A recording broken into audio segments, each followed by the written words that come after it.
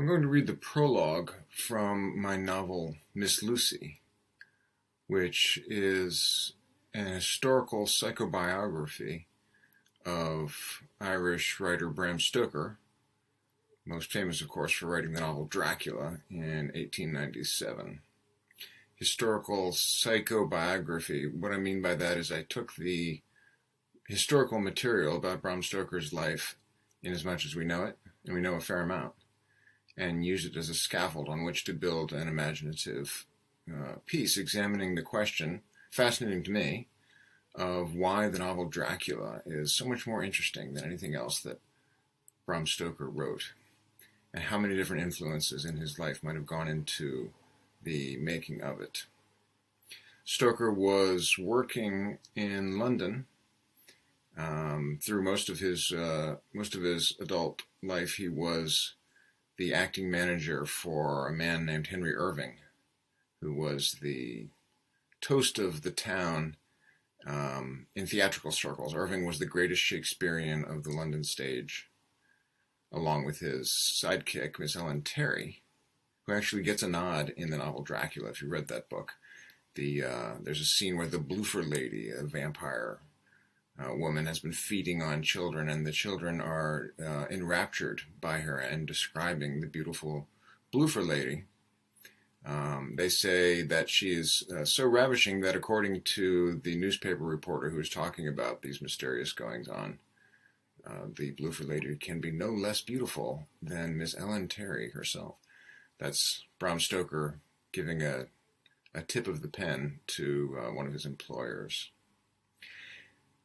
Irving and Terry are both in the novel Miss Lucy. There are a number of other historical figures, actual historical figures, who make it in there as well. They were actually involved in Bram Stoker's life in one way or another.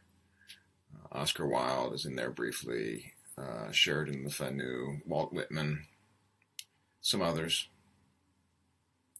But as I say, the book is a fiction writer's attempt to get at the question of why this one novel, out of everything that Bram Stoker wrote, almost all of which is unread these days, has had such an extraordinary life, and here, well over a century later, continues to be a popular hit.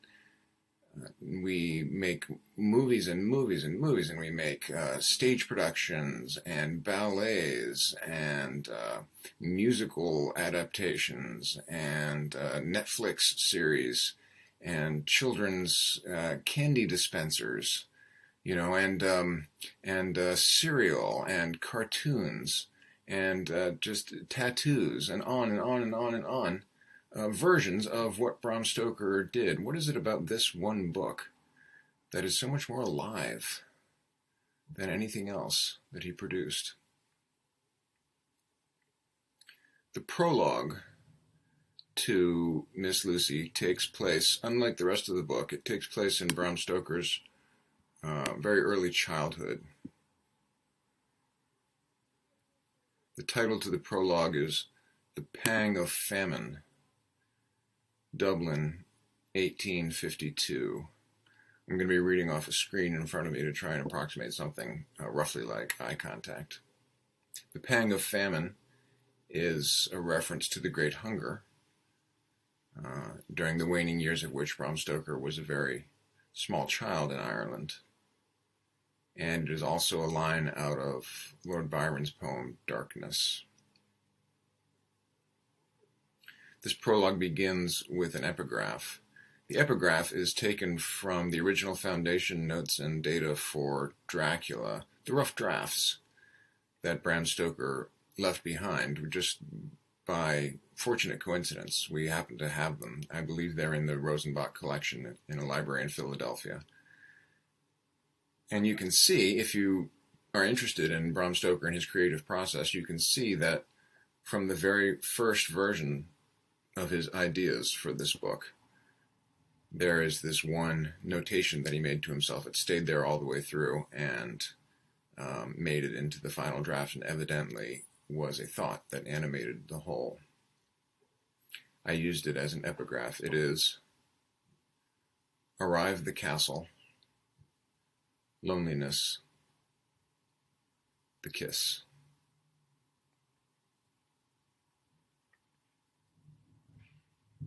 One. The boy's name is Abraham, but we know him as Bram. Abraham suggests biblical strength, but this boy is not strong. Disease lies in him unannounced.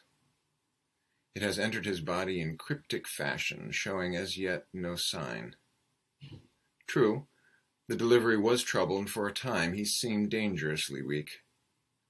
True, baptism had been delayed, but now his limbs are lean and sturdy, in a manner that promises a handsome adolescence. His features healthy, if severe. The round, pouty mouth, and especially the prominent forehead, oddly assertive for one so young. It is the heyday of phrenology, and when adults pass him in Clontarf and surrounds, they take a second look, impressed by the capacities of that brow, though unsure of their direction. His father favors young Bram, who can already answer the responsorial prayer, showing a facility beyond that of his siblings. This child, the proud light in his father's eye says, this child. Abraham Stoker is a narrow, responsible gentleman who keeps large masses of hair on either side of his jaw, the peppery beard shaved underneath to a little knot of chin. With a parent's intuitive favoritism, he has named his second son after himself. Abraham and Abraham, pleased father of a fast-growing man. And how are we, my boy, this day in the morning? Bram basks in parental favor. How good it is to stand at the fire, the black grate warming your finger ends, to step only on the dyed parts of the parlor rug, as if it were a bridge over a swiftly running stream, to run out from behind the hallway door and throw oneself at father's calves, and to feel the warm, rough wool as the man laughs down. Now then, my little man. It has been a damp Irish autumn, full of contrary gusts that smell like the sea. Tonight they will do the prayer and response, a performance he and father have planned all week. Diligent, proud, Bram takes his chair by the smoldering peat. The odors of a dinner just enjoyed, crubbeens, cabbage, and hot black pudding still festoon the air. Abraham Sr. begins reading from the young worthy's book of prayer, but, after a few turns, Bram finds himself choking. Mortified, he labors to pronounce, "Spirits kind to watch my sleep." But the syllables turn ugly. On the third try, his voice squeaks horribly in his throat. Tonight's audience, a heavily mustached barrister at Dublin Castle and his wife, are uncomfortable. It feels like blasphemy, this spasm in the child. Charlotte Stoker rises and makes excuses. It seems as if she will sweep her younger son physically up in her skirts.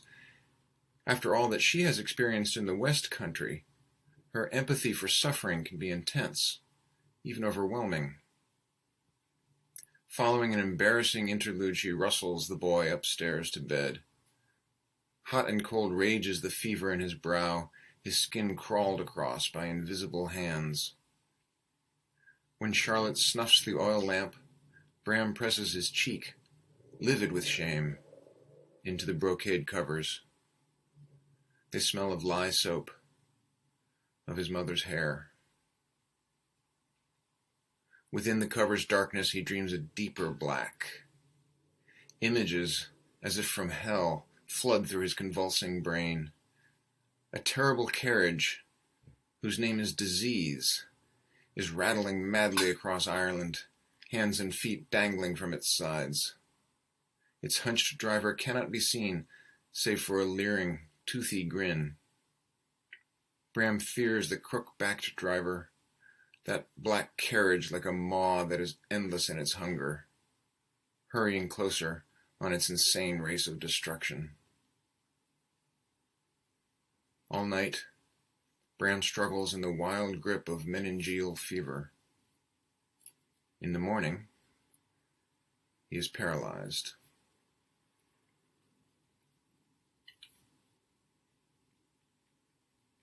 Two. By week's end, the Stokers know their youngest child is going to die. Both the family physician and a Dublin surgeon have examined him, and the latter suggested, behind the parlor door, that Bram be given the Holy Sacrament now as precaution. In such mysterious cases, life may expire without warning. But Abraham Sr. balks at summoning the minister. The Stokers are men of science. And then, this boy is his apple. To lose him with such unaccountable swiftness would be an offense.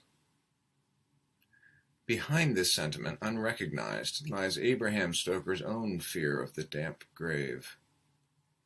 Having given the second son his name, the first so often withers, he has laid a cautious wager with the universe. Little Abraham was meant to carry the pater familias forward into time. To lose him would be to lose his own bearing on tomorrow. Bram's mind perceives this disaster in the limited palate of a child. Its complexities outstrip him, but a primal awareness of threat lances sharply into his heart. He has disappointed father. The shameful performance in front of the barrister was unforgivable. The inability to stand, or to feel his own body at all past the navel, his fault. This much he takes in, a bitter cup of dread. Quietly, the man on whose brow had rested pride begins to withdraw.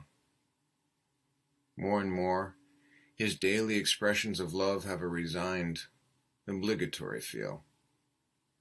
Almost imperceptibly, he turns toward Bram's older brother, Thornley, touching casually his shoulder, asking after his day. For the first time, an evening passes in which he forgets to kiss Bram good night.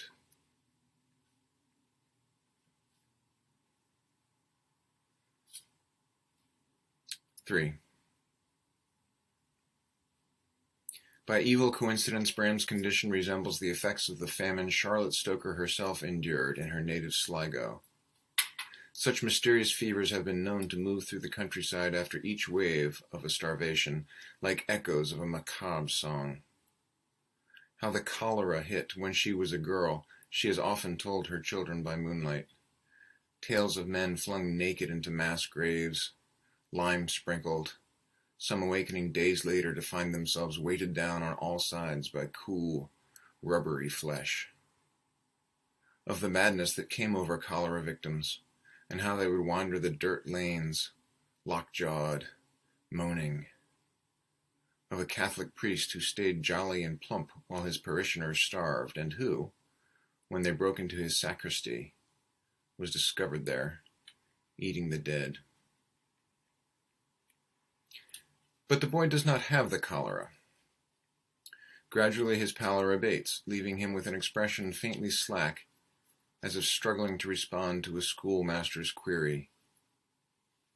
"What has happened to me?" the expression asks. "What has happened to my life?" It is a visage at once sorrowful and alert. He will carry all his days.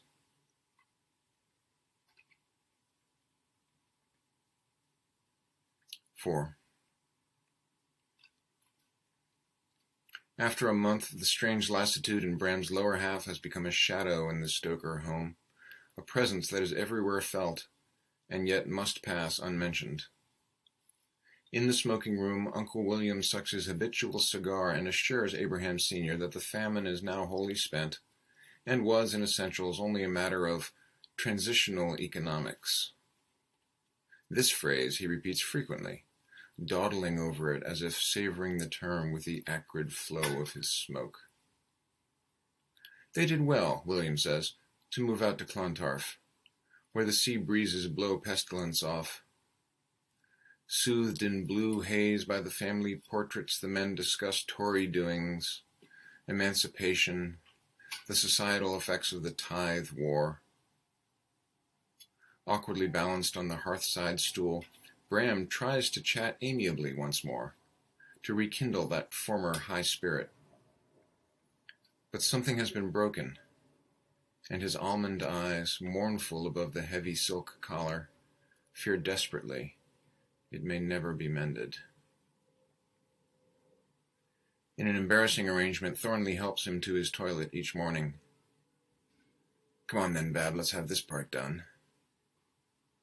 Other times, Charlotte carries Bram about like an oversized doll, arranging him by his sister on throw pillows or couches in an awkward imitation of health.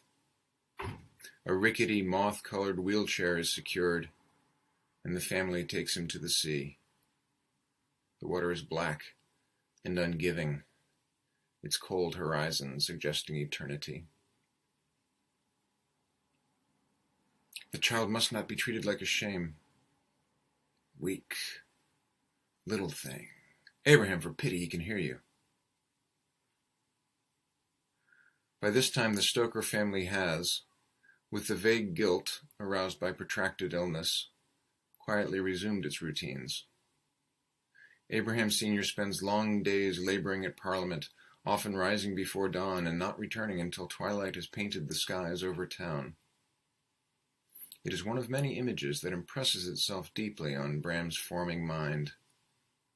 The dominating father, both longed for and feared, who disappears each day with the rising of the sun.